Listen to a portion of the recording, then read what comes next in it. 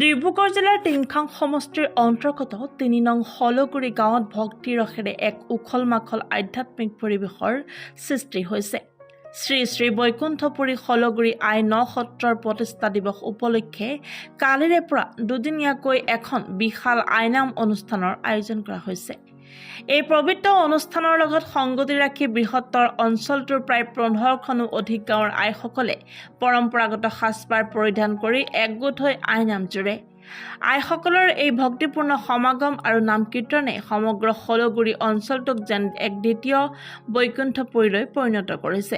২০২৪ চনৰ শেষৰ ফালে শ্ৰী শ্ৰী আউনীআটী সত্ৰৰ সত্ৰাধিকাৰ শ্ৰী শ্ৰী পীতাম্বৰদেৱ গোস্বামীৰ দ্বাৰা এই আইথানভাগী প্ৰতিষ্ঠা কৰা হৈছিল।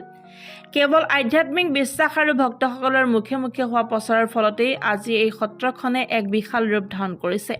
সমাজৰ পৰম্পৰাগত ৰীতি নীতি, বসন্ত বা খৰখজুতিৰ দৰে ৰোগৰ নিৰাময়ৰ বাবে থকা প্ৰাচীন বিশ্বাস আৰু আইসকলৰ নাম কীৰ্তন নৱপ্ৰজন্মৰ মাজত জীয়াই ৰখাৰ এক মহান উদ্দেশ্য আগত ৰাখি এই প্ৰয়াস কৰা হৈছে।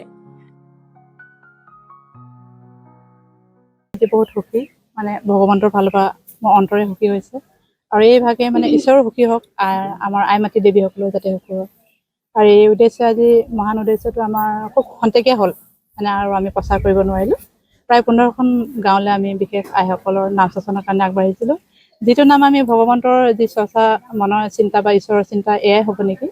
তেখেতসকলৰ মনৰ ভাৱনাত আমি পালোঁ যে তেনেকৈ সকলো নাম শাসন যিহেতু হৈ আহিলে, যিসকল নাম হৈলে মানে শাস্ত্ৰ ভাগৱত শাসন হৈ থাকে, আমাৰ হৃদয়ে কান্দে, ৰাস হয়, ভাওনা হয় আৰু অন্যান্য মানে দিহা নাম, হৰি নাম, অন্যান্য নাম শাসন যিটো হ'ল আমাৰ থলৰ যিটো ভগৱতী মাতৃ, আমি জন্মৰ মানে পৃথিৱীৰ জন্ম আমি দেখিছোঁ, তাৰ আমাৰ আগৰ পৰাই হয়তো আমাৰ পিতৃ মাতৃসকলে দেখি আহিছে যিটো আই খৰ খজলি বসন্ত, সেই পৰম্পৰা নীতিটো আমাৰ সকলো গাঁৱৰ গৃহে গৃহে আছে বুলি বা আমি গম পাইছোঁ।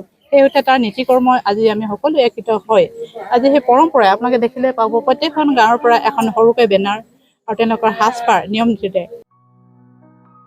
মৰাণৰ পৰা ৰাজু মিশ্ৰৰ ৰিপৰ্ট, এনি ভাৰত 24।